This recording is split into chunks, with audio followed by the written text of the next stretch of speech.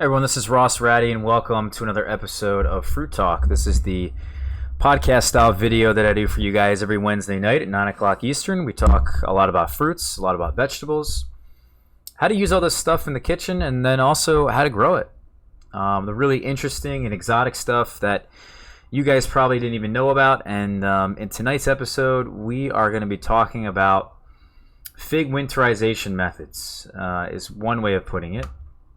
And we're also live tonight, so at the end of the episode, for those of you guys who love joining me on those live streams, if you want to do this, actually, you want to join me in a live stream, hit that bell button on the YouTube channel. That will notify you guys when I'm going live, or follow me on Facebook, Instagram, or Twitter. I always do a post the day of letting you guys know when I'm going to be going live. And then also, you can also check out our website, rossraddi.wixsite.com/blog.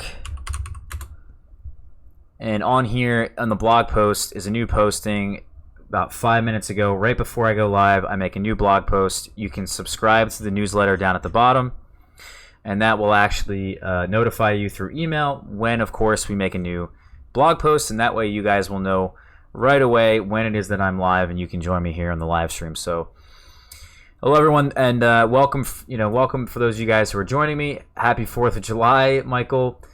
Paul says he's feeling the hat.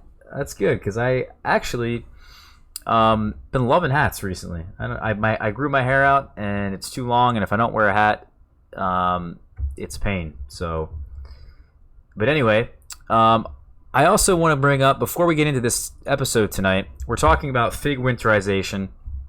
Before I get into that, I want to mention Patreon, and we have not really pushed Patreon too much, but I think I should start doing it, at least on the episodes of the podcast. We just changed this a bit around. For those of you guys who want to support me, who want to help me grow the channel, also support the work that I do. I mean, if you think about it, I put out a video every single day. I put out a podcast every week, and I answer a lot of questions and comments almost every day. So for a lot of you guys, I think maybe $1 a day or $1 a month, $2 a month really isn't all that much money, and that's only really what I'm asking for. So you can go to this tier right here, which will support my work. Exactly that. You can get a little bit more personalized, and if you guys want really personalized questions, that's the next tier up.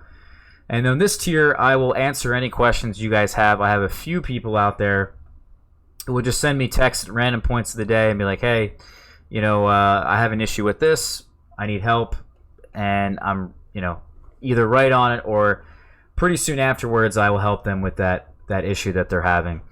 Then also we do fig consulting, and we've been doing this now for quite some time. I've had a few people reach out to me recently thinking about starting a fig orchard, and we have this also on the website, and you can go to the consulting page up here. We talk all about it, and you can fill out this contact form. This contact form is a bit annoying to deal with in terms of communicating with the people that are messaging me, trying to get this service from me. So from now on, I'm not going to be using this portion of it here on the website. It's going to direct you straight to Patreon, and you can check out here. Here's the video or phone consulting. And we talk about, pretty much everything there is that I know of when it comes to designing a commercial orchard for many climates, and if I don't have the answer, I can find the answer. So, certainly I don't know everything, but, if you guys want to do this, which is something that I'm dedicating most of my life to, I'm offering up that information that's in my brain, and I would say at a pretty reasonable price for the amount of time that I've put into this and much as I've learned. That's a lot of information. So for me to offer that to you guys who may end up being a direct competitor of mine, I think it's worth it. And then also there's in-person consulting. So I don't know, it's worth it. Check it out, guys, on Patreon. I really do appreciate it. The main driving point behind this is that, for every 1,000 views that you guys get on my channel, on all my videos, I get about $5, which is really not a whole lot. It's not a bad CPM, for those of you guys know what that is, but it's really not a whole lot. And if some of you guys, my loyal followers, which I really do believe there's a good amount of you guys out there, just $1 every month really would go a long way. If everybody chipped in I'm not going to just keep harping on this point, but it is something new that we've done, something that we're trying to expand in the channel. There's a couple things I also want to talk about in the future that are going to be in the works, so I'm excited for that, but I don't want to tell you guys what that is just yet. But we'll get to the episode right now. So the whole idea behind fig winterization, for those of us that are in colder climates, it's really just keeping your tree alive.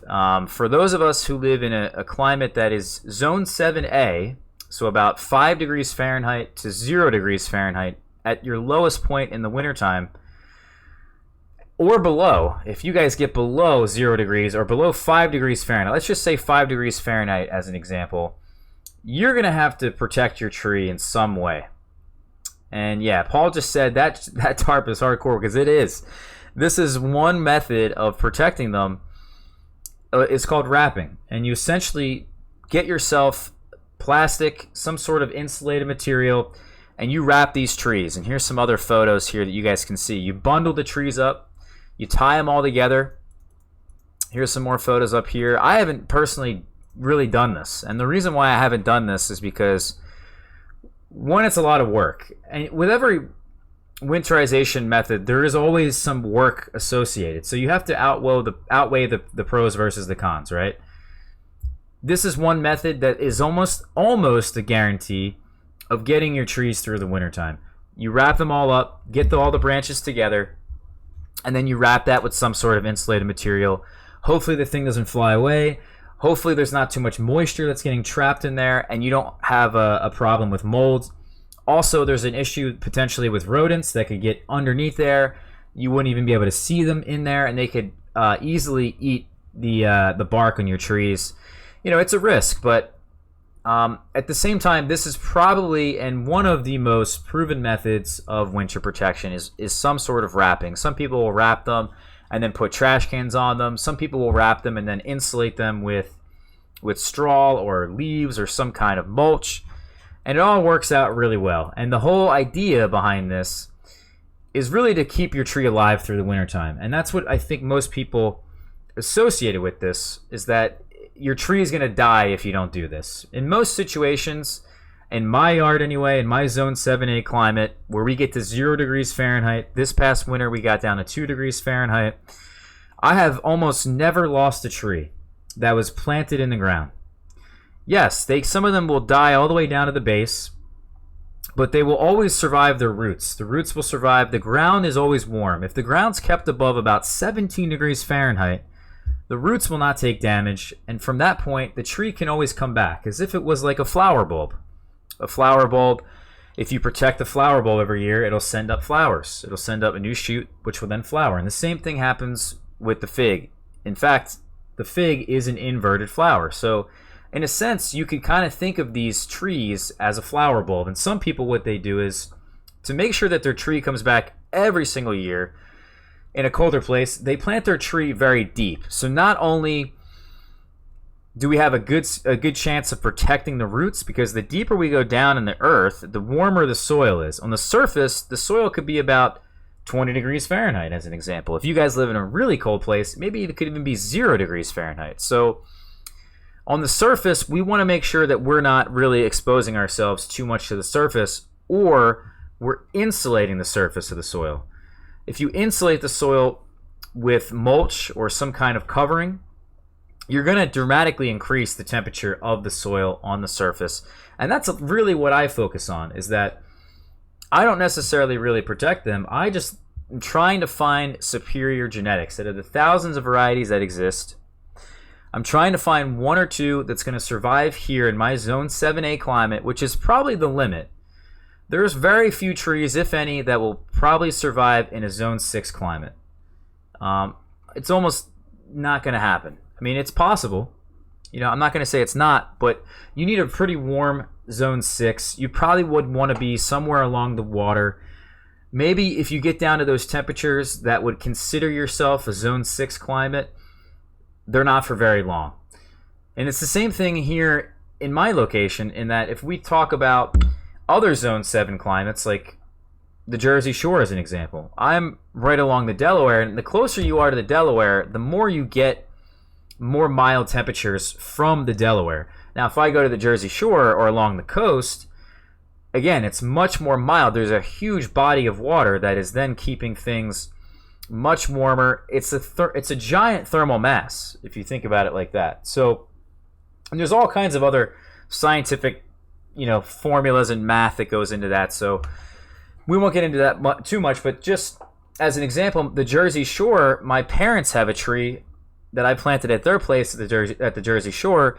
Their tree survives every single year with absolutely no damage. But if you come here and you have a tree, it dies every single year. So it's a big issue with, it's a zone 7 climate, but is it going to survive? Is the temperatures mild enough? How long is it at those temperatures? There's a lot of factors to consider. So like I was saying, for me, I'm just trying to find some superior genetics. But if you guys saw the video this morning on our YouTube channel, we talked a lot about kind of what my plan is for the future. And that's one thing that I really want to talk about in today's video, because I can go on and on about different methods of protection, but one of them is going to be the best one for you. One of them is going to be the most comfortable. Not everybody has 100 fig trees. Not everybody has one fig tree. So it depends on what you guys have and how much work you're willing to put in. Again, there's pros and cons to all this. The cons of just letting them die every year, trying to find those superior genetics, you're really risking the trees dying all the way down to the base. And when they die all the way down to the base, they have to come back from a lower bud, or they have to come back from the roots. And all that really takes a whole lot of time for those to come back, grow strong, and then fruit that year. It really does take a warm soil, a longer season. So essentially, you're really just, you're hurting yourself in a way. And for me, I'm willing to take the risk. I'm willing to take the experiment and say, all right, well, which of these is going to survive every year? And then that way I know for the future, because if I have a tree, let's compare the two. Those are the two extremes. It dies all the way down to the ground in one hand. On the other hand, it survives with no issues at all. Whether it's wrapping or it has superior genetics, whatever it is, the one that survives with no damage is going to outproduce the one that died all the way down to the ground pretty significantly. So it's like the best case scenario versus the worst case scenario. And somewhere in there is a mix of production. On the one hand, you have many figs. On the other hand, you have much fewer figs. On the one hand, you have a lot more work that you have to put in. On the other hand, you didn't do anything. So again, there's probably something, and this is what I'm getting to, there's probably something in the middle of those two that's probably the most optimal for me. Maybe not for you guys, but I want to talk about what it is that I'm going to do here in just a moment. Before I do, though, I want to get into some other methods of protection, because it's not just wrapping. We did talk about protecting the soil, insulating the soil. Another thing you can do is, and what I would recommend, is unwrapping your trees sometime around March, at least in my location. The earlier that you can unwrap them, the better off they're going to be. You don't want them to wake up too soon and leaf out. You don't want any leaves growing underneath the wrapping. Also, I think the faster you unwrap them, the better off they're going to be waking up at a more reasonable time. That's another thing that we're really trying to focus on here in my climate, is getting the soil warmer. So if we're not wrapping them, we're letting them just die back all the way to the ground. Put some stones on the ground. Put some large rocks. Plant them near thermal mass. We've talked a ton about that. And that's essentially all it is, guys, is getting that soil really warm, getting them to a point where they can wake up sooner. I think that's really supposed to be what's on our mind at all times in the spring. Now, some other things we can do besides wrapping, besides just leaving them exposed, is we can just bend some limbs. We could take a branch as an example. If we go to the top picture here, these are really bendable limbs. These are 1-year-old shoots. Very easily can you bring them down to the ground and protect them that way. The ground is going to be warmer. The higher up we go here, it's not going to be the biggest of differences, but somewhere around the base of the tree is going to be the warmest because it's closest to the soil. The further away we are from the soil, of course, the colder we're going to be. So if we can bend these limbs down, put some soil over top of them, or put some kind of insulated material on top of them, and use that earth as a heat source, we can get our fig trees through the wintertime no problem. In fact, some people will bend over their entire tree every single year and do it that way. Some other methods that I've seen people do is actually dig in a giant hole. You can dig up your fig tree and put it in the hole and then replant it every spring. I've seen some people do the same thing with pots. It's called like a fig coffin. I don't really recommend that because that's a lot of work. What are some other methods here that you guys can use? Essentially anything that's going to insulate the branches in some way, using the soil, using the earth, using some sort of insulated material. I think I just mentioned that. That is going to net you much better protection. Some other things that I've dabbled in is putting them in a less windier location, putting in windscreens, putting them against the house, but also using something called wilt-proof. We talked a lot about that last year, and so far it didn't seem to really do a whole lot because inevitably what had happened this year, even though we only got down to 2 degrees Fahrenheit, that was enough to kill off the large majority of my trees. Just that temperature right there. So even though I think wilt-proof can help, certainly in a windier location, I think it does help. It's not going to effectively solve the hardiness issue, but it will solve a lot of your issues for those of you guys who are in climates that maybe you're just not as cold, but you're getting wind damage every year. And that's very, very possible. So, all right, so now let me talk to you guys about what it is that we're going to be doing this year, because this is what's been the most exciting to me. And to be honest with you, I think this is going to be the best method for me. And I want to also preface this with and said that this is me thinking about this in a commercial orchard sense, in that I want to be selling figs next year locally, the fruit itself. I want to be eventually expanding my operation into then growing fig trees full time and growing figs full time and selling figs full time. So my goal here is to think about how much fruit with the least amount of labor that I can get. And if you look at this picture here, we have trees that we just put in the ground. And we have 3 rows of them. There's one back in here. Very small fig trees, by the way. These are newly rooted cuttings. We just put them in the ground. They're up against the house. We have a second row here. There's actually a really small tree right here. And then there's a third row down in here. And these go down for about 20, 25 feet or so. So in between the rows, though, is about 3 feet. In between the trees within the row is about 2.5 feet. And what I'm thinking, and what I've already actually started to do, is plant trees in between the rows. And this could be really crazy, to be honest with you. This is already a really close spacing that most of you guys who don't live in a cold place are probably already thinking, what am I doing? Because if you think about these trees in a warmer climate, they're going to get massive. How am I going to grow a fig tree 3 feet apart from each other? It's pretty nuts. Well, I think 3 feet, at least to my earlier estimation this spring, was probably the closest I could go. And then I thought, you know what, maybe I can get away with 2 feet. And now I'm even going even closer to 1.5 feet, which is the absolute closest, I think. And essentially, by putting them in between these rows, that's what I'm accomplishing, is now a 1.5 foot spacing. And the whole idea here is to have them so close together, then I'm going to create basically a hedge. And you could really space these out better. I think in an ideal scenario, I would not have them this many rows of them. I'm going to have 5 rows of them. I would have instead 2 rows, nice little footpath, then another 2 rows, nice little footpath, 2 rows again. You know, the same thing over and over again.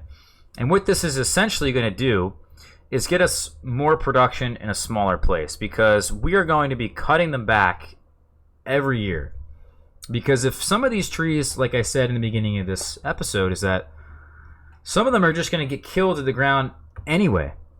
And if they're going to get killed to the ground anyway, why not just chop them back and leave some wood at the appropriate length that we want? The more wood that we have going into the spring, the more buds that we can preserve going into the spring, the more fruit we're going to have. So remember how I talked about, oh, well, there's a difference between, you know, trees that are killed all the way down to the base, and there's a big difference between trees that are protected completely, that take no damage.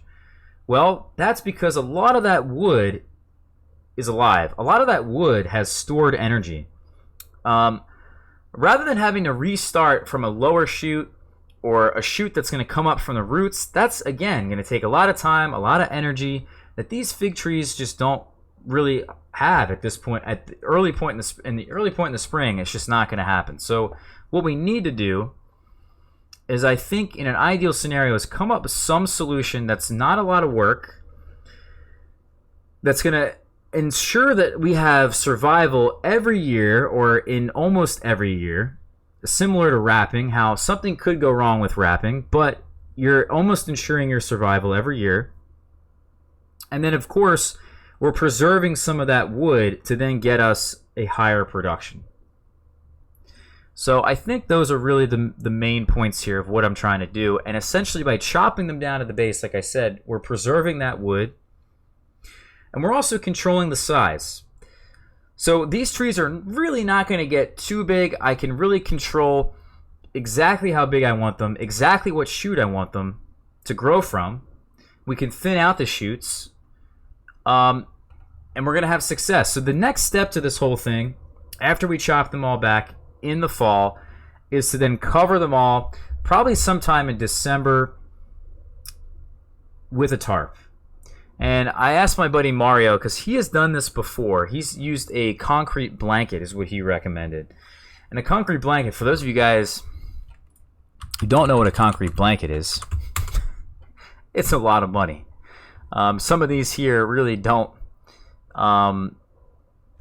really represent it. I've seen some that are like thousands of dollars. So essentially, what this does is that this is for curing concrete.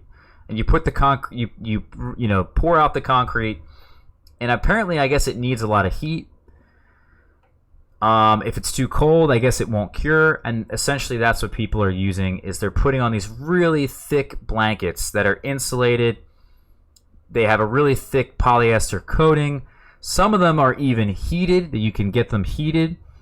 And this is ideal. This is probably the best scenario that would ever exist, I think, in this situation. But you could also do, instead of a concrete blanket, you could just throw on a lot of mulch. We could get a lot of straw, cover the bases of these trees. But the issue with that is that I've done that in the past, where I've gotten chicken wire, made a giant circle of chicken wire around it, staked that in so the chicken wire stands up, and then you fill that in with mulch, and that contains all that mulch. It doesn't blow away, and you preserve the branches. The issue is that you have too much moisture throughout the wintertime. Too much moisture is going to lead to mold. It's going to lead to rot. You're going to have an issue. So I think my next best bet is going to be just your old standard tarp. And a tarp that's hopefully thick enough, that's heavy enough, that's probably the right color, something that's darker in color. It's going to help insulate the ground. That's really the key here, is keeping that heat in from the ground, keeping the whole thing warm, and those are going to preserve those branches, those trunks that we've cut down all the way down to about 6 to 12 inches off the ground. And that's, I think, going to be the key for me, is that we just simply cut them all down to the base, roll over a tarp, and maybe it's not as simple as that. Here's a few things that we need to watch out for. There's certainly some pitfalls with this, as there is with any protection method. Even just letting them fend for themselves, right? Well, what if some excess moisture gets trapped underneath the tarp? Hopefully that doesn't happen, and we can get the tarp on a drier day. Maybe we have a drier period. The ground isn't so wet. We cover the ground. Also, there's no leaves on the ground. There's no actively growing leaves. We don't want anything growing underneath. We want to cover the whole thing.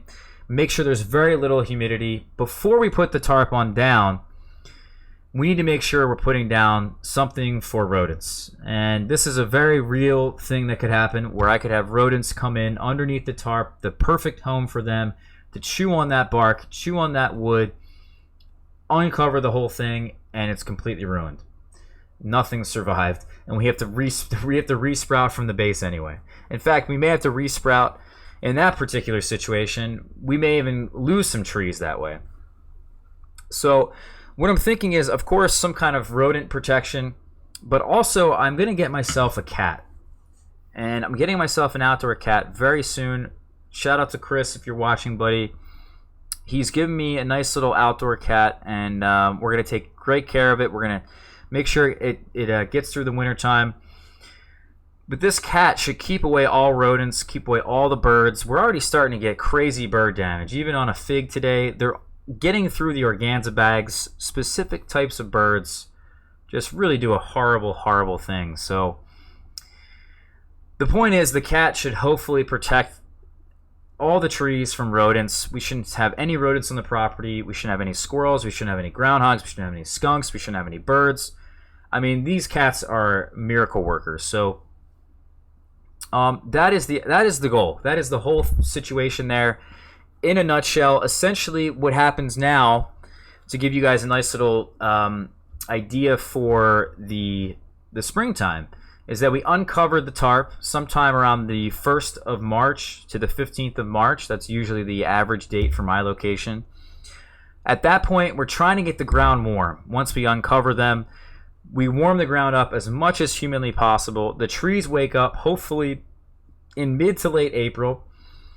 We then start thinning out the shoots. We select the shoots that we want. We select the number of canes from the base that we want.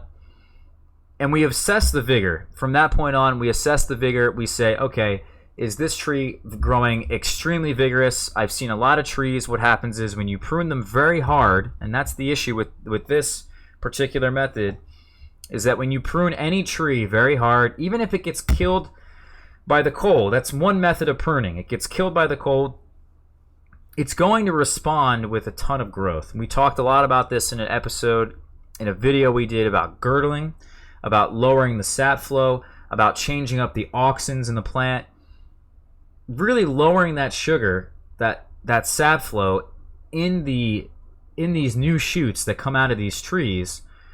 We're going to ensure that we are controlling the vigor to the right amount. We don't want too much vigor. Too much vigor is essentially going to net us a tree that just grows and grows and grows all year, and that's it. It doesn't do anything else that entire year. Until you can slow down the vigor, until you can lower that sap flow, you're essentially out of luck for the entire year. So the best scenario in that situation is to either start girdling the new shoots, or to even score the new shoots to remove a lot of that sap flow, slow down that vigor. And then very shortly after that, and I've seen it so far in my yard this year, I've tested it, by lowering that vigor, we can then get new growth that then puts out figs for us. We can then pinch at that point. And that's essentially what happens in the spring, is that we uncover the tarp, raise the soil temperatures. We could even fertilize potentially, although I don't really recommend that. But in this particular situation, we certainly can, because we're protecting them every year. Too much vigor and too much fertilizer is probably going to be a bad idea for an unprotected tree. So we could fertilize, then we can select the shoots that we want. I think we may have mentioned that already. Select the shoots, thin out the new shoots, control the vigor by girdling or scoring, and then we can look towards pinching.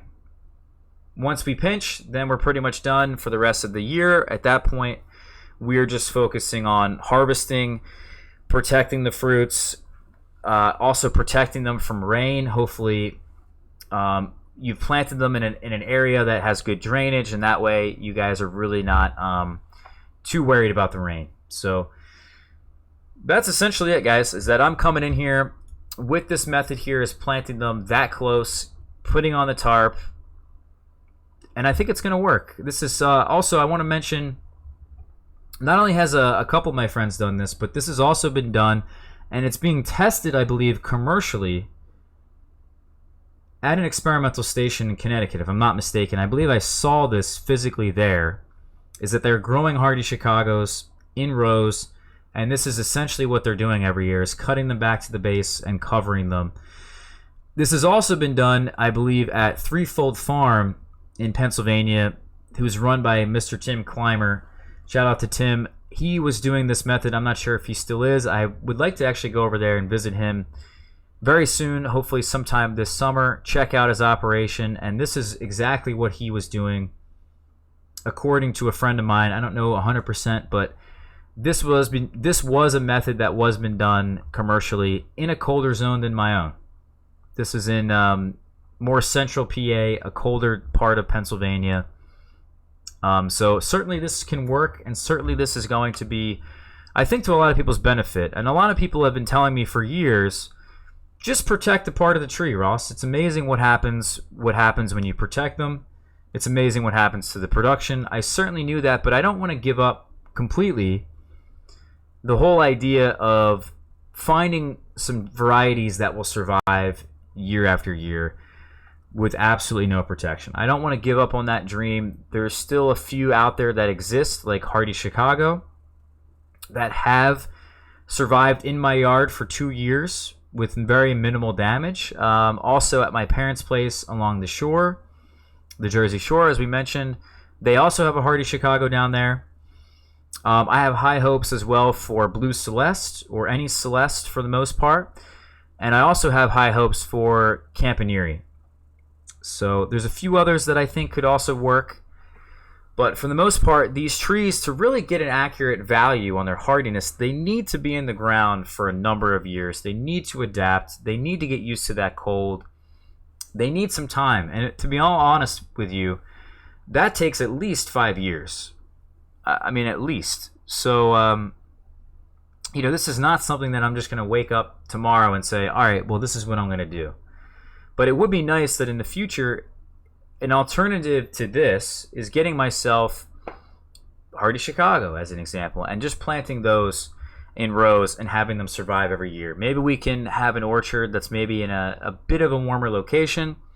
But essentially, this method here is going to net us a more reliable method of protection every year and give us a reliable crop every year. I think that's what is probably the most important thing to pay attention to, is that, yes, you want fruit, but you want it every year. Maybe you can get a ton of fruit some years and not a whole lot of fruit other years, but the method that's going to net you a consistent number of fruit every year, I think, is going to be the method that you should be paying attention to. And the reason why we're talking about all this now, it's the day before July 4th. So, we are always thinking about this in a colder climate, what it is that's going to happen in the wintertime. All of our decisions now is based off of the winter.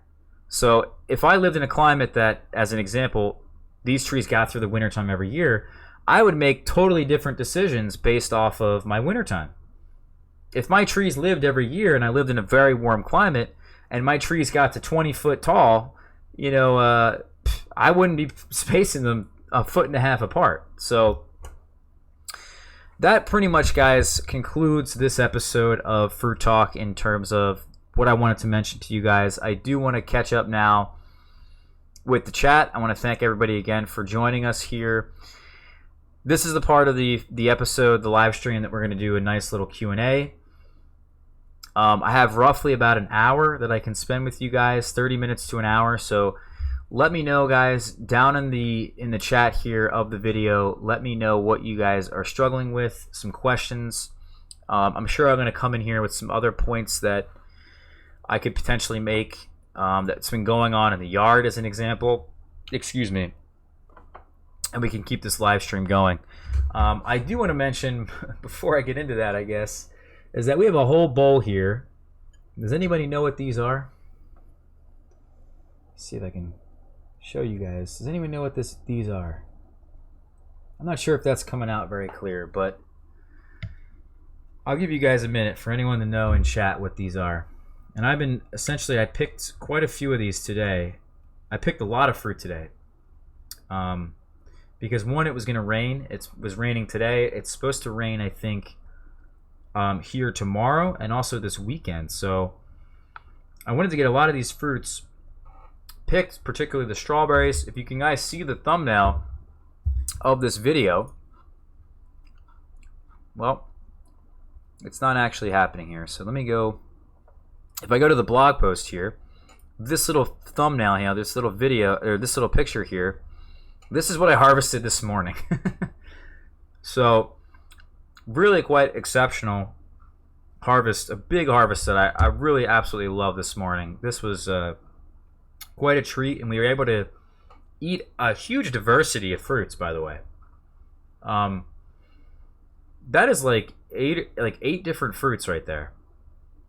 We have black currants, raspberries, bush cherries, we have figs, we have gooseberries, we have blueberries, we had a tomato, we had nectarines, and of course strawberries. So that was a really nice little comparison I was able to film today, this morning, for all of you guys. That hopefully I think is going to be released, I think sometime next week, probably like next Tuesday, I think is the date. But this fruit right here is the gooseberry. And these things are really good. I'm a big fan of this fruit here. Very easy to grow. The birds have not really bothered them, and I like to pick them early, believe it or not, before they turn red. Some of them here are getting this red tint to them, where the inside gets a bit, if I could show you guys the difference here. See how that one's getting a bit red? The difference in terms of the flavor is that it gets a bit sweeter, a lot less tart, and the interior gets a bit like a mushy pear, and I don't really like that, or a grainy pear. So I like to pick them a bit crisp, and they're kind of like, at this point, a grape. And they're tart, they're interesting, I love the fruit. Alright, so let's catch up with the chat now. Happy 4th of July to everybody, for those of you guys who are watching. Hopefully everybody has a really nice weekend. I have some interesting things planned, so I'm excited. Marco said, very appreciated info here. Can't explain why not having more viewers. Thumbs up. Well, people got things to do, man. You know, no big deal. What's going on, Tarek? Armida says, hello, what's going on? Hopefully I said your name correctly. Marco says, thumbs up, learned the pinching from you, sir. Seeing figs after that. Awesome. I mean, these are really the techniques that everybody should know. Pinching, thinning, you know, getting the fertilizer on early. There's a few techniques. Girdling, I think, is probably pretty important. Slowing that vigor down in certain situations. You know, these are all really important techniques no matter where you live and what climate you're in. They're all very, very important to know. Kim says, hey Ross, what's going on, Kim? I finally can catch you live show. Thank you for sharing. Your videos have been very helpful. Yeah, thank you. I'm glad you found them helpful. It's good to see a lot of you guys here at the live stream that I normally see at the live stream, but also I see a lot of you guys comment on the videos. So it's good to see that I have a reliable, loyal fan base. I appreciate that, guys. Paul says that tarp's hardcore. Michael says, gonna try flexible insulated AC duct this winter. What does that look like, Michael? Insulated AC duct.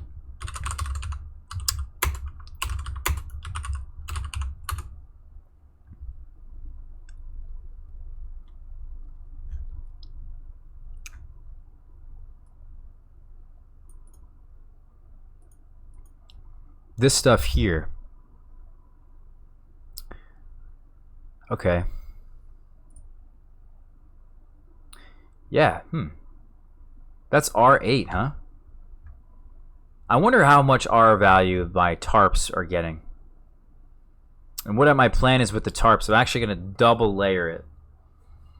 And they're not really the thinnest tarp either. I think they're 20 mil, if I'm not mistaken. I got them from Lowe's. Not to promote Lowe's or anything, but these are the cheapest, thickest tarps I could find. Here we go, right here. This is the one I picked up. And I think it's... okay, it's 10 mils. So essentially, by having it double the thickness, it's going to be 20 mils. And the ideal goal here is because it's... let's see, was it... This is not the right size, I don't believe. The one I picked up was 6 foot by 25 foot. No, this is the right size, I believe. Yeah, this is the right size. So I don't need it to be 12 foot wide in certain locations. I can double that up and only have it 6 feet wide, and I think that's probably going to get me the most protection for my buck. But I'm interested to know what the R value is on this. I mean, who knows, right? Let's see. Vrinda says, hey, what's going on, Vrinda? Troy says, my thinking hoop house here on the... You're thinking that a hoop house here on the 6B, 7A border for in-ground, not much better you think my odds will be that they would make it. Yeah, that's tough to say, man. I don't know what your hoop house looks like, but I do think that could be a nice little solution. I think somebody had tried that. I can't remember who it was. Maybe it was even Tim at Threefold Farm. But I don't think that really works too much. What I've seen though work is you can have 2 layers of plastic. So you have one hoop house. Oh yeah, I've seen pictures of this. People put a hoop house over top, small hoop house. They cut them back to a certain height, like a Japanese espalier. They cover the Japanese espalier with the first hoop house. Then they have a second hoop house that's much larger. Enclosing that in, there's some air gap in between, and that will certainly keep it much warmer. There definitely will be some sort of R value that way. But I don't think really it's going to do a whole lot with just one layer of plastic. Just one hoop house. You never know. And it's also like, I'm right on the edge of this stuff. Same thing with you, Troy, is that 5 degrees is a big difference between 0 degrees. And 5 degrees is a big difference between 10 degrees. So, you know, it's really tough to say, depending on your variety, what exactly that right temperature is that you need. And you never know. Sometime down the road, these things adapt again. Like I said, it takes 5 years, probably at least. You know, I've heard some people say it takes 20 years for these trees to really adapt to their location and the cold. Paul said, Mount Etna's, yeah. Hardy Chicago is just another name, or Mount Etna is another name for Hardy Chicago, but personally I don't like to call them Mount Etna's because it's just an inaccurate term.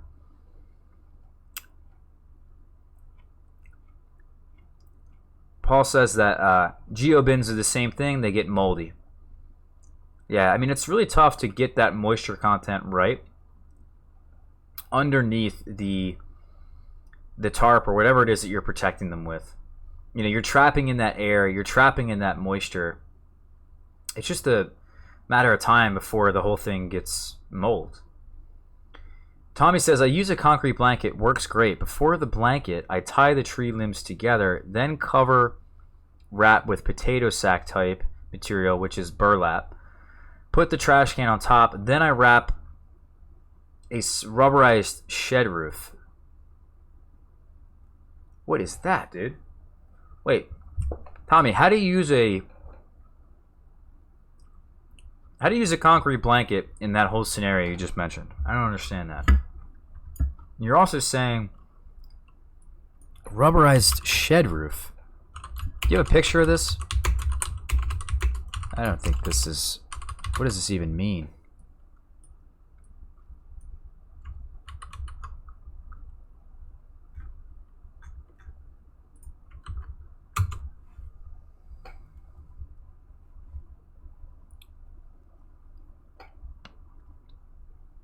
This stuff here.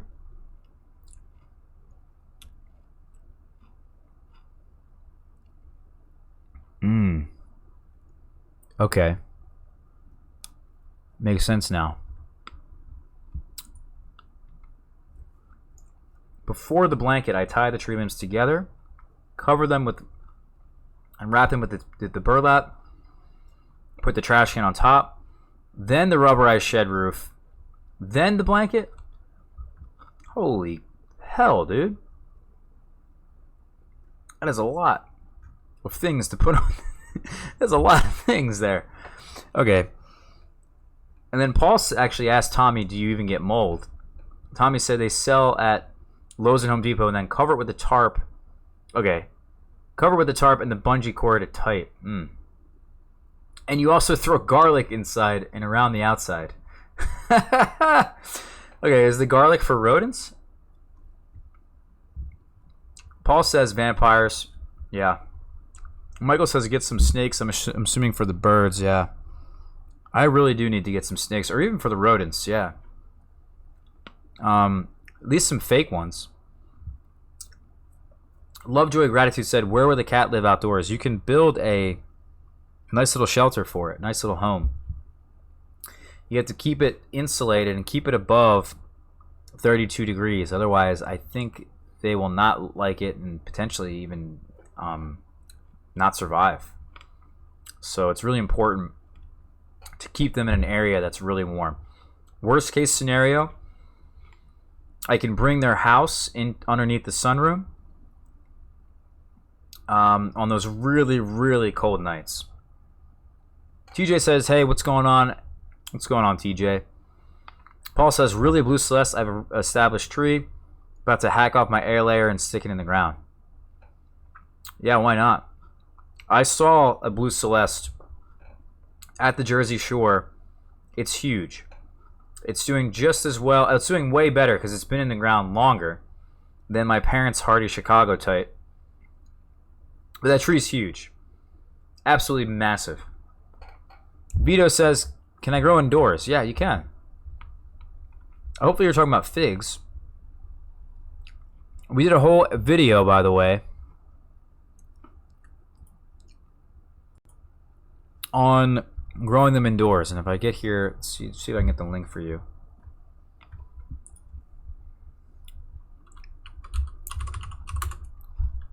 You may want to supplement them with grow lights. Here we go, right here. Growing fig trees indoors. Top tips.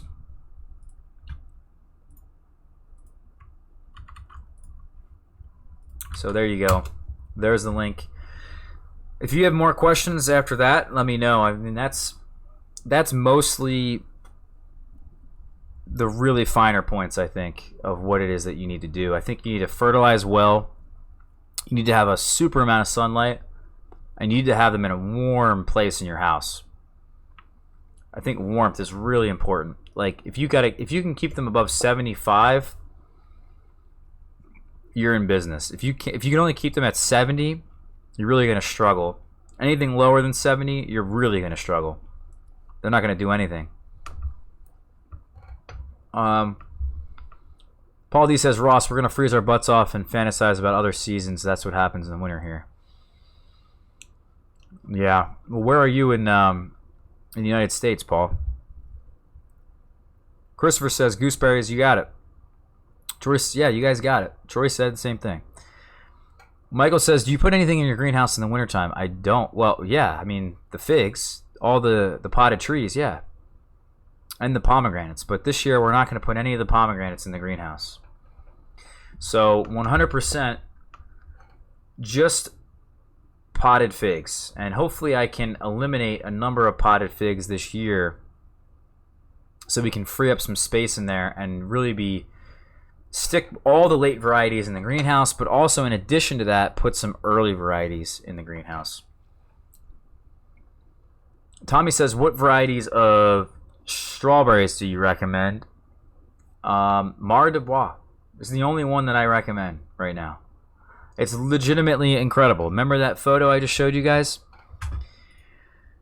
Where is that photo I showed you guys? Let's go to the live stream. No, it's on the website here.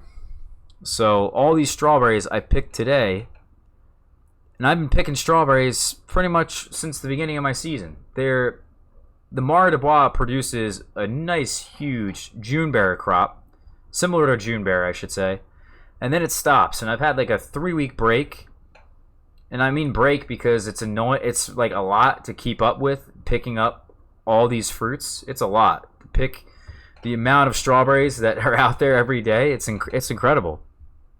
So they gave me a break, and then 3 weeks later, which now we're starting up again. Sometime about last week we started up. We're getting them again, and the Mara de Bois is just a day neutral strawberry. Now, what does a day neutral strawberry really mean? Well, it goes off the day length. I know that.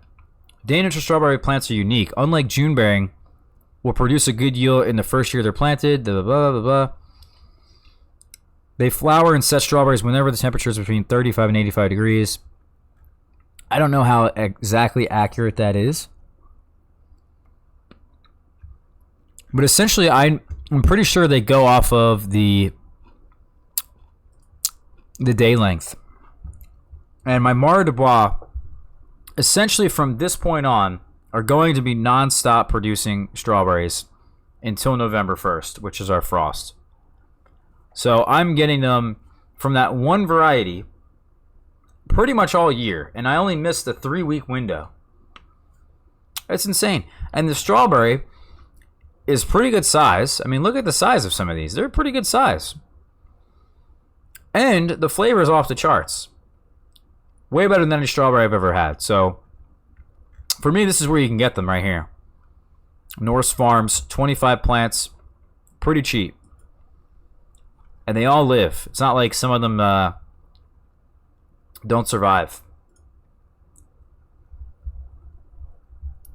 TJ says, I got some algae growing in a bucket of water. I'm all about that microbiology in the soil. Does anyone have an opinion on the algae? Keep it going or bleach it to death? Well, I wouldn't bleach it. I don't know why you have a bucket of water, though.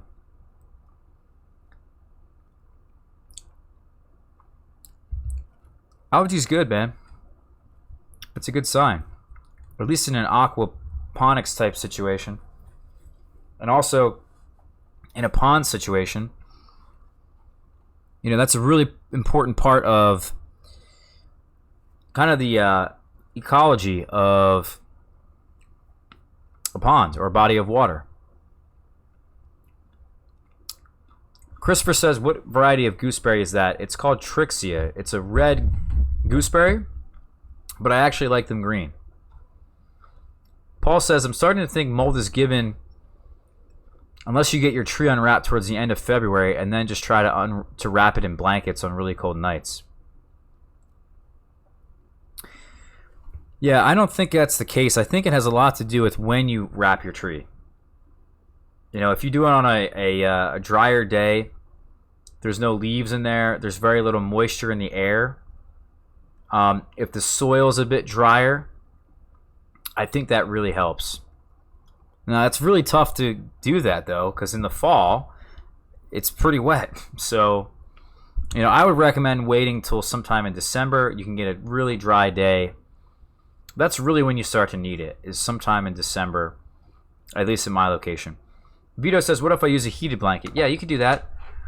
Some people wrap Christmas tree lights on the really cold nights around them. I forgot about that. Also, there's heating cables underneath the soil that you can put in there that will heat up the soil. So that's another method. I mean, you know, I wouldn't use a heated blanket personally because if it rains, I don't know how that's going to work out. But, yeah, I guess that's one method. Backyard Gardener says, hello, everyone. Hello, Ross. What's going on? Michael says, yellow tube AC guys use it. Okay, so it's yellow. It's not the stuff that I was looking at. Huh.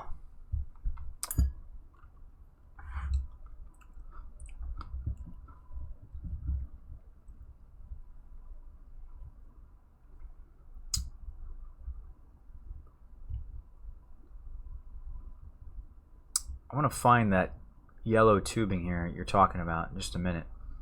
Christopher says they're saying concrete blankets are going to give you an R value of 7.7, so regular tar probably isn't much.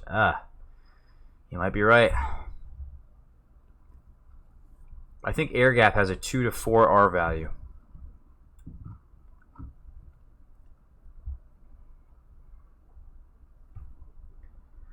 What does Lowe's have, Tommy? Concrete blankets? Or the rubber thing?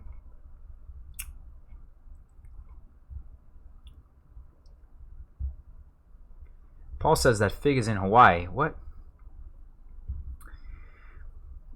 Troy, yes, I was thinking about the double hoop house and then also wrap the tree with burlap and use cold hardiness available, you know, cold hardy varieties like Floria, Michirinska 10, Hardy Chicago. Paul, why did you give an honorable mention to Blue Celeste in respect to cold hardiness? It's one of the more hardy varieties that exists. I've seen it survive. I've seen many trees of Blue Celeste alive in Zone 7 climates. I've seen them in slightly warmer areas than mine, but not necessarily in my climate just yet. So we will see if it does indeed survive in my climate, but I've seen it along the Jersey Shore. I've seen it in Maryland. I've seen it in Delaware. I've seen it in North Carolina. I've seen it in... I think that's mostly it, at least in this part of the country.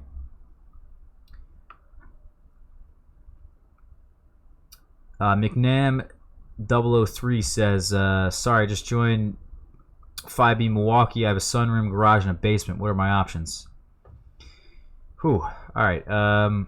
Your options are essentially keeping your trees in a location that is above 20 degrees Fahrenheit and below 50 degrees Fahrenheit. As soon as they start to get above 50, they are going to start to wake up. They are going to start to grow. And if they don't have the right sunlight, they're going to put out these really lanky shoots. And those lanky shoots are not going to produce. They're not going to do anything. And the second you put them outside, they're not going to adjust well to the outdoor environment. So you have to keep it cold.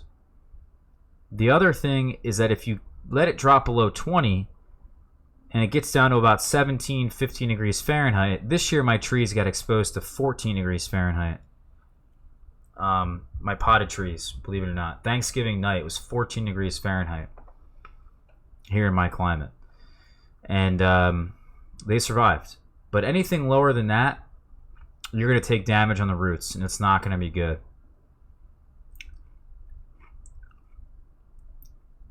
Okay, Paul's right by the other Connecticut guys. Gotcha. Tommy says, Ross, search for Ondora roof panel in Lowe's.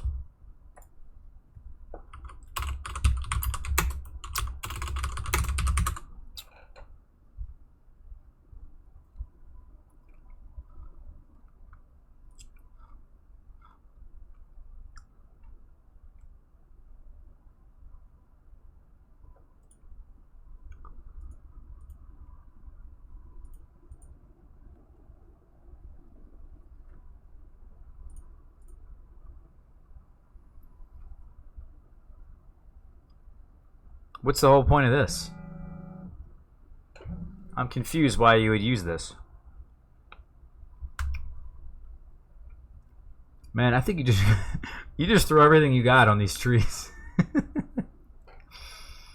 It works though, I'm sure. TJ said, I just fill up buckets and dip my watering can in for watering hanging planters I have. Oh, okay. Gotcha. I think algae's fine, dude. I don't think that's a bad thing. I think there's probably some microbe or something that is probably beneficial to a lot of plants. But I don't know. I don't think that could be a bad thing. And in fact, it's probably a slightly good thing. Paul says, that's awesome to know about Blue Celeste. I have one that's well established. I love that tree. Yeah, I'm starting to love it too. It's really doing well here. Flip Flops in the Garden says, I only have one fig, Olympian, but plan to get more in Las Vegas. And FYI, they do love heat more than the sun, or at least the one I have. Yeah, they do. They certainly do. But, you know, the sun also comes with it crazy amounts of heat. So, I would say the optimal temperature for the figs, even my younger trees, by the way, my really young trees struggle with too many sunlight hours. If I get them in all day worth of sun, it's really a struggle for them. But if I get them in only 4 hours of light and it's warm outside, they do really well. Rocold said, my Smith I got from your giveaway is a decent size in a 15-gallon size pot, but has never fruited. When did I, are you talking about the giveaway I did years ago? Oh my god, that was so long ago. That's incredible.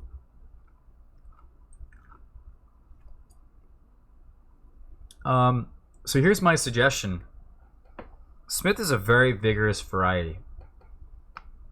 Out of the thousands of varieties I've, well, maybe not gone, maybe not, let's say thousands. Let's say about 300 varieties will give it. Of the 300, Smith is one of my most vigorous, excuse me. So because it's so vigorous, and if you prune it too hard, that's another thing that can happen, right? When we prune our trees too hard, they respond with too much growth. If we can slow down the growth, slow down the vigor by girdling, scoring, less water, less nitrogen, we are going to essentially get our tree in a position that is going to fruit. If you can find that right amount of vigor, that is the key. And I've learned that this year, more so than any other year. I've certainly seen it for myself. What's interesting, and I did this in a video, I swear I did this in a video, or a number of videos I did, where I showed you guys the differences in my Smith trees. I have about 8 Smith trees now, or something like that. And one of them was my mother tree. The largest tree, that was the tree I took the cuttings from. I gave them away in the giveaway. We air layered off the trunk that was grafted onto brown turkey, which made it even more vigorous. If you're on brown turkey plus Smith, it's like super vigorous.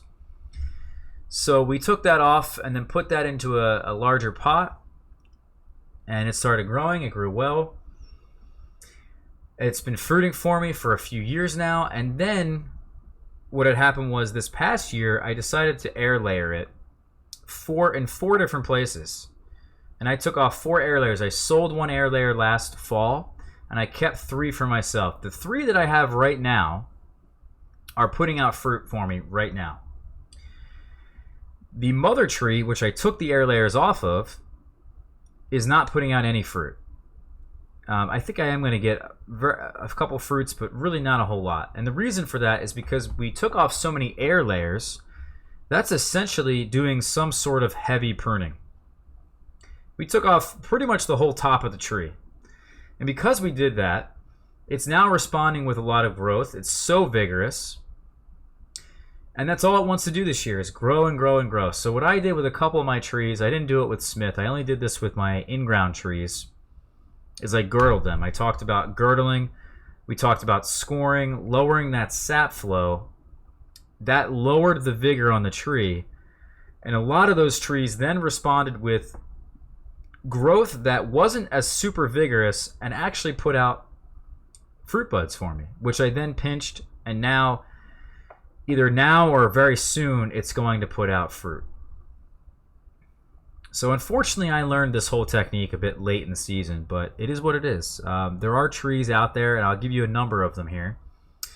A lot of the Adriatic types, which are the green-skinned red interior figs, like Green Ischia, Osborne Prolific, the Col de Dams,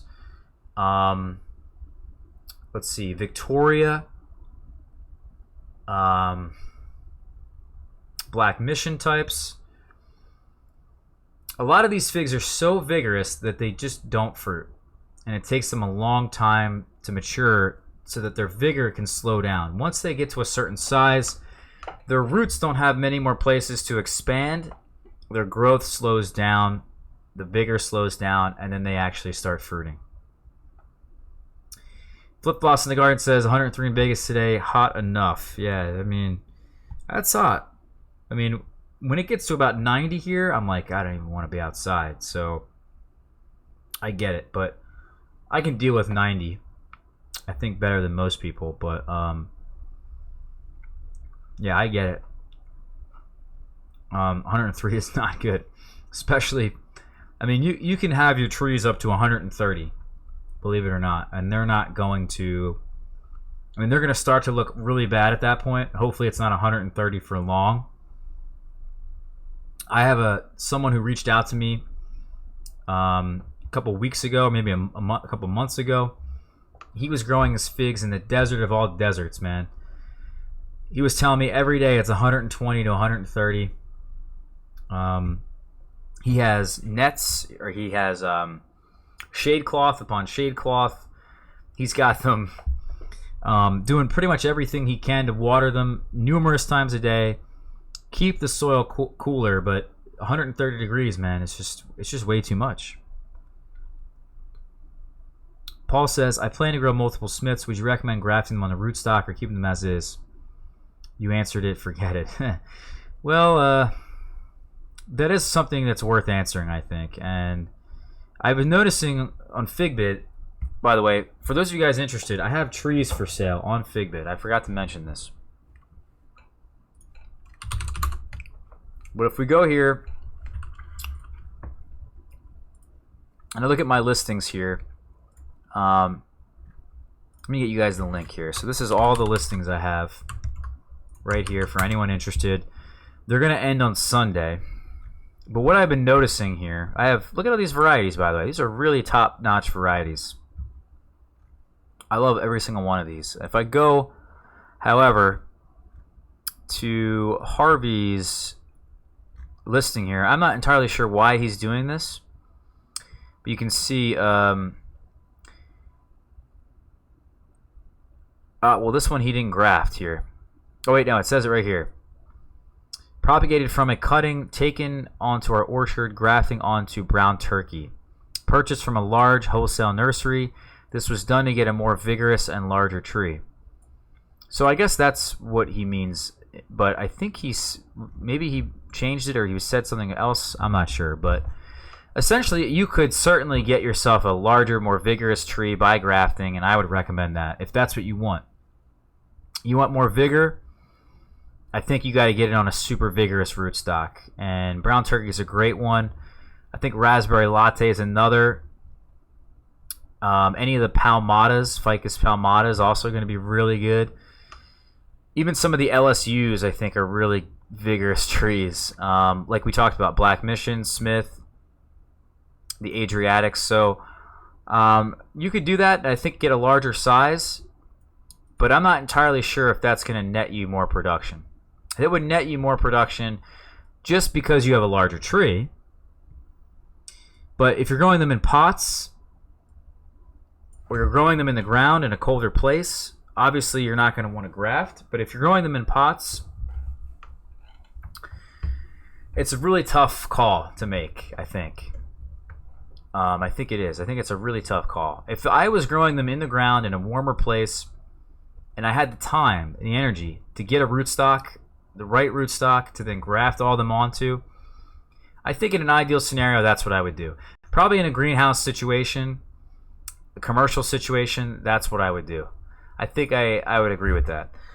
But in a pot, it's very difficult to say because you want vigor, but again, the more vigor you have, the more issues you're going to have down the road with too much vigor.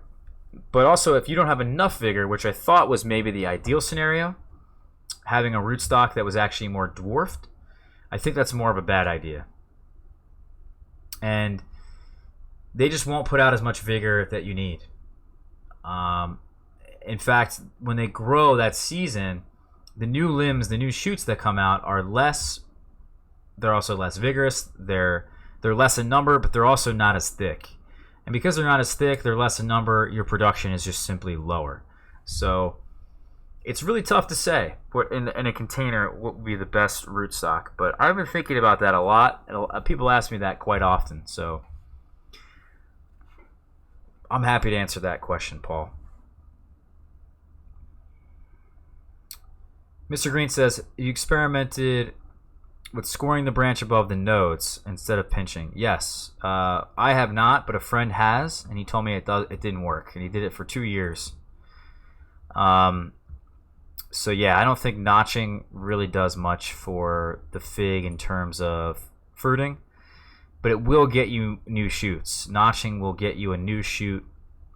If you notch the branch above that bud, the chances of you getting a new shoot at that location is very high. And if you want new shoots, like you live in a warm climate, that may be to your benefit. By notching, getting new shoots, then pinching those new shoots, you will get a lot more fruit that way.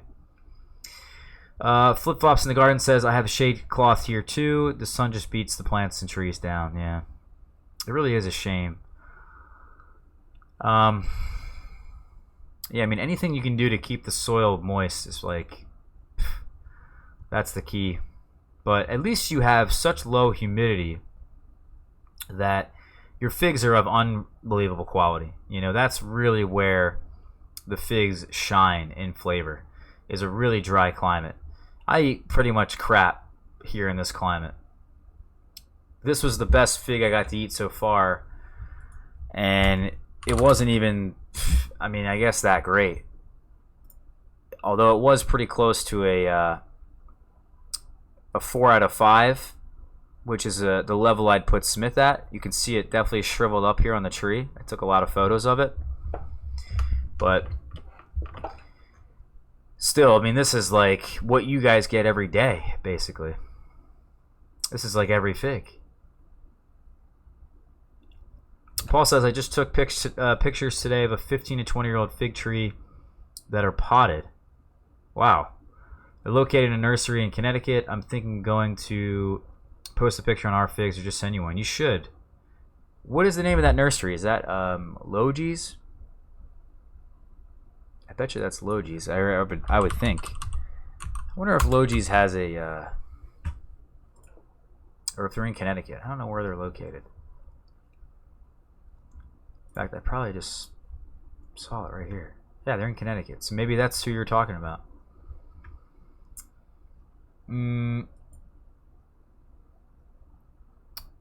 Paul says he thinks they're brown turkey. I mentioned it in the context of rootstock. I'm not sure what you mean there. Tarek says, what's going on, buddy? Have you ever heard of bending fig branches down to encourage fruiting? Yeah, that doesn't really work. What that will do is produce new shoots, and on those new shoots you could get fruits. Certainly bending limbs on a lot of trees, a lot of fruit trees, is going to help them flower and help them fruit. But yeah, I haven't really seen that too much in terms of figs, at least in the season, you know. Maybe there's some scenario that you can think of. Maybe you should expand upon it. What exactly are you thinking? Simply because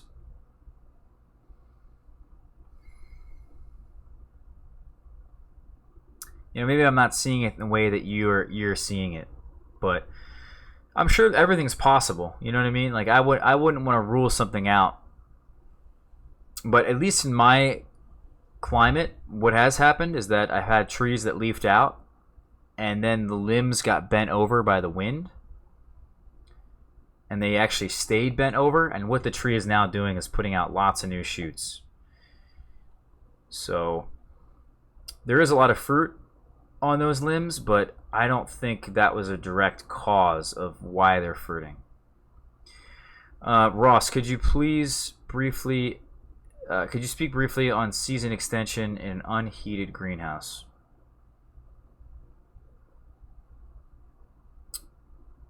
Paradise Nursery. Okay, not Logi's. Yeah, Tarek. I don't know if it was figs or not. You know, let me know.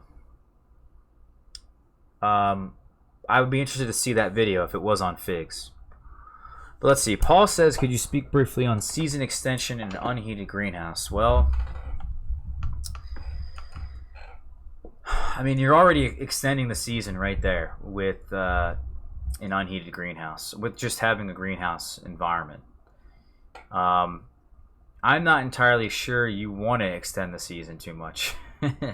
In your climate, anyway, I probably wouldn't want to do that. And I think that's probably a good idea because in some situations, most years, at least that I've been growing figs so far, we get this really early hard frost in November, late November, or December, early December, which is very early for something like that to occur. And that hard frost is really going to hurt those trees. So you want to make sure that you're getting them away from that hard frost, especially if they're not dormant or they're not fully dormant. You have unlignified growth, and if you have some sort of season extension in the form of a greenhouse, you're going to have lots of unlignified growth. At least that's my experience, is that once the temperatures in the fall start to really cool down, there's a lot more water, you're going to start to see a lot of growth. And that could potentially kill off a lot of that growth very early in the season, or early in the wintertime, basically. In fact, it probably won't even be wintertime at that point. Now, if you wanted, I guess, to extend the season even further with an unheated greenhouse, well, you need some sort of heat source. You know, whether that is a heater or not, some sort of heat source like the earth. So using like a climate battery type greenhouse where you have piping underneath the soil. The deeper you go down in the soil, the warmer it is. So you can also have a sunken greenhouse or a wallapini. So all very there's all different options there, I think, in terms of getting a heat source. But I think that's mostly it. I mean, season extension in a greenhouse setting, I guess earlier in the season you could extend your season.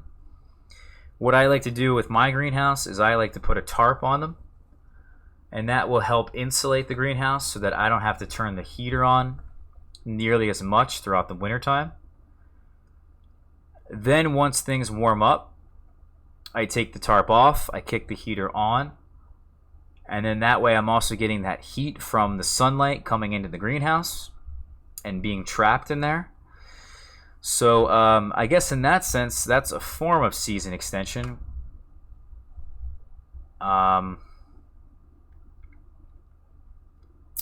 You can also have things in the greenhouse like thermal mass.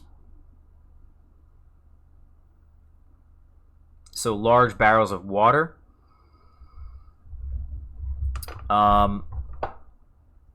Essentially anything that's going to create heat without being a heater is what you're kind of you want to focus on.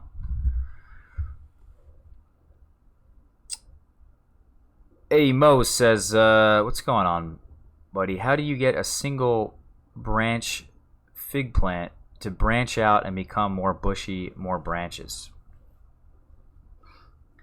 Well, what we like to do with our trees, guys, is every tree is trained as a single stem whip.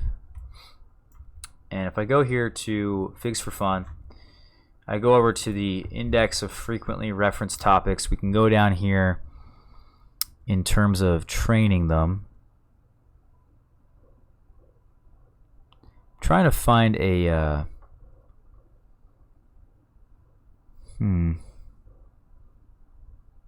maybe it might be pruning. There's a visual here that's really good.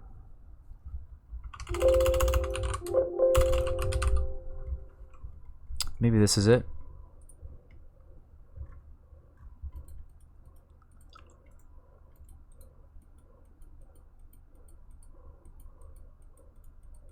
Nope. We may not find this, unfortunately.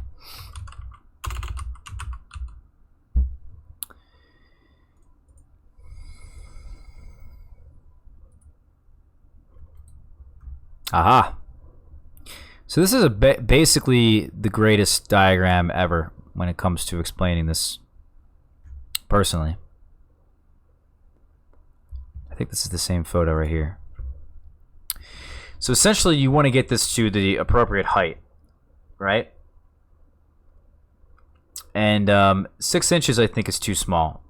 It really depends on your preferences and your environment, your storage conditions, Mo, but you know, I like to get them to about 2 feet, and then I cut off the top come dormancy. Maybe 3 feet.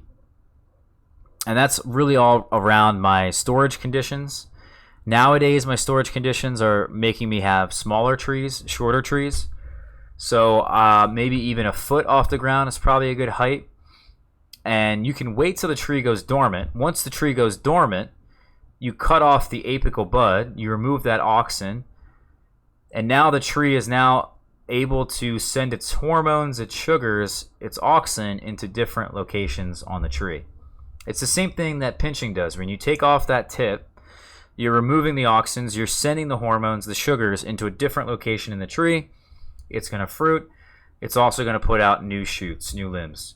So that's all you got to do. Is if you can wait until dormancy if you want, and that's what I'd recommend. Because if you want really good branching, wait until dormancy. If you just want to pinch and have 2 branches, maybe 3 at the most, pinching works well. So that's really the advice there. And then once we get that, we form nice scaffolding branches here. I'd recommend 2. I like the nice Y structure here, so you'd eliminate this one here.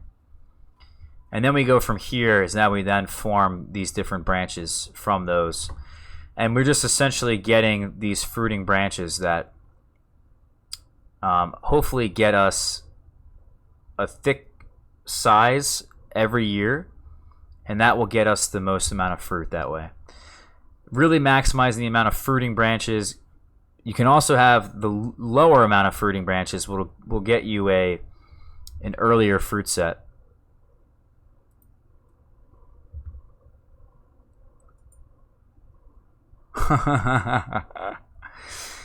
Oh man. You could also do that, Mr. Green. I forgot about that. You could also score the nodes, which is called notching. Look up this thing called notching. And you basically make a cut into the tree with a knife right above the bud, and that will send up, that will remove that auxin from the top of the tree. That auxin flows downwards. The most dominant shoot at the top is going to have the most auxin. The most auxin is going to have the most growth. If you take away that auxin, free up that auxin, it's then going to send out shoots in different locations, which are then going to compete for dominance.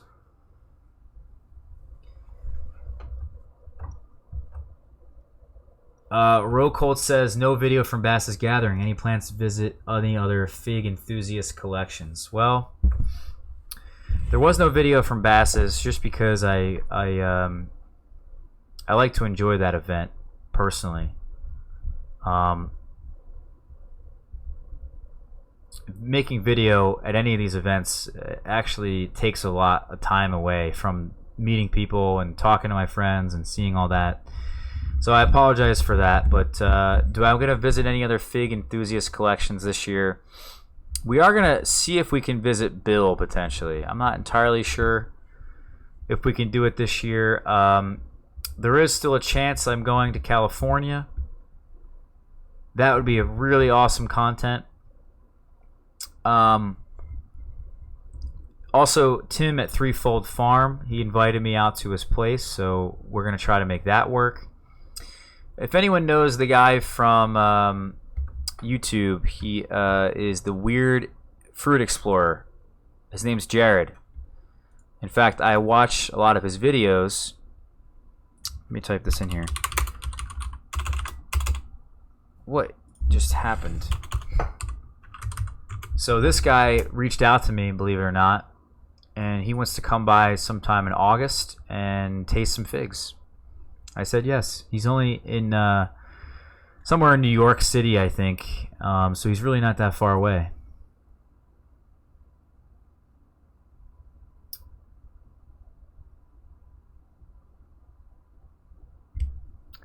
Any other growers, though? Not entirely sure, to be honest with you. I mean, maybe I'll go up to Connecticut. I know a couple people up there wanted me to show up. There's also the gathering out in Pittsburgh, which I'm not entirely sure if I can make that one. That one's from Ed. And there's also the Staten Island Fig Festival, so I could potentially take video there. But I don't know. I don't know entirely if I'm going to see anyone else's collection, to be honest with you. We are going to wrap this one up here, guys, very soon. So if anyone has any more questions, put that down in the comments here. Michael says, have a link for that AC duct. Yeah, let me know. Put that down in the chat, please, Michael. TJ says, when are you going to have Toronto Joe or Yatama on? I would love to have that. I would like to touch on the other point there that Racold said, is that I would like to interview some fig growers. We'll see if we can get some people on Fruit Talk perhaps in the future. I would like to do some interviews, to be honest with you. I'm tired of just talking. I would like to hear other people's thoughts on different things. And plus, you know, it's nice, and you get that other perspective when you meet them in person at these different gatherings, but you don't always have a lot of time. So I think it'd be nice to have a pretty long interview with somebody and see what they're going through. I think Joe would be hilarious. Shout out to Joe. I love that guy. Mr. Green says, I'd like to see any video from the gathering. I understand, though. Yeah. Sorry, buddy. I do want to leave you guys with this few points here, is that we do have some fig trees for sale for anyone interested. A lot of you guys asked me, yet I'm not entirely sure how many of you guys are even bidding on these trees. So it's very strange how that all works out. But also, we mentioned Patreon at the beginning of this video. I don't want to harp on this too much, but we did just change up these tiers, change up what you guys are, you know, kind of getting for supporting me. The first tier for $2 essentially is basically just a really nice way to support me. We talked about, you know, between the podcast, the video every single day, responding to so many people's comments and questions. For a lot of you guys, I think that's worth it. The amount of time that I put into the videos to then, I think, which is saving you guys money, I think pays for itself, to be honest with you. I think I save a lot of you guys quite a bit of money. In terms of figs, in terms of what to get, what soil to use, what to do this, what to do that. I think, honestly, I don't think that's asking for a whole lot. And then down here, we got personalized questions. I have a couple friends who I've actually become pretty good friends with. You know, they'll send me a text and they'll be like, hey, Ross, what's wrong with this? What do I do for that? And I get back to them, and that's kind of the tier that they've signed up for. And then also we do consulting for people starting orchards, fig orchards. So video or phone consulting. We also have the in-person consulting. You know, it's all here, guys. I just wanted to mention that once again. For all of you guys watching the podcast, I really appreciate it. Check out this guy, Weird Fruit Explorer, for sure. He's got a lot of great videos. A lot of people love his reviews. I love his reviews on a lot of these things. So he's really growing, and he's got, I think, a nice little Patreon following too, right here. And in fact, I think he also has some merch, and which I'd really like to get some people some merch at some point. So we'll see how all that works out, but this is just one way, guys, that you guys can support me through Patreon. You know, the way it's being set up now on YouTube is that you really have to kind of create your own products for the most part, whether it's the trees that I sell, you know, maybe the fruit that I eventually sell in the future, whether it's some merchandise. All that is really how you kind of make this some actual money. You know what I mean? There's not really, YouTube is really giving me a whole bunch of money from this. So not that I'm in this totally for the money, but for doing this so long now, it's nice to get something back and something out of it. So all right, guys, any more question here? Paul says, I love Tulip Pit. Let's see here. Mr. Green says, like this. Oh, good growing, everybody. Keep up the great work, Ross. Thank you, buddy.